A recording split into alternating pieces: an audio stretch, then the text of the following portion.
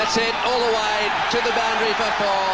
What a victory for the Sri Lankans. තරග තුනකින් සමන්විත ශ්‍රී ලංකා එංගලන්ත T20 තරඟාවලියේ පළවෙනි තරගය අද පැවැත්වුණා.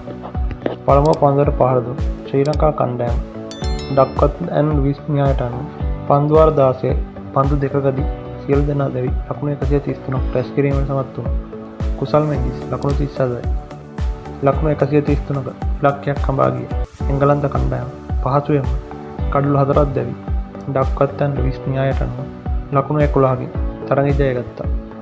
ශ්‍රී ලංකා කණ්ඩායම දියාරු පිතිහරමින් මෙම තරගයේදීද කැපී පෙනුණා. මොනසුන් ක්‍රිකට් තොරතුරු දැනගන්න SL ක්‍රිකට් YouTube channel එක subscribe කරන්න. මේ වීඩියෝ එක like කරලා comment එකක් දාන්න. ක්‍රිප්ටෝ ට්‍රේඩින් මුල ඉඳන් ඉගෙනගෙන සල්ලි හොයන්න ඔයත් කැමතිද? එහෙනම් 077 820 533 4 අංකයට WhatsApp message එකක් දාන්න.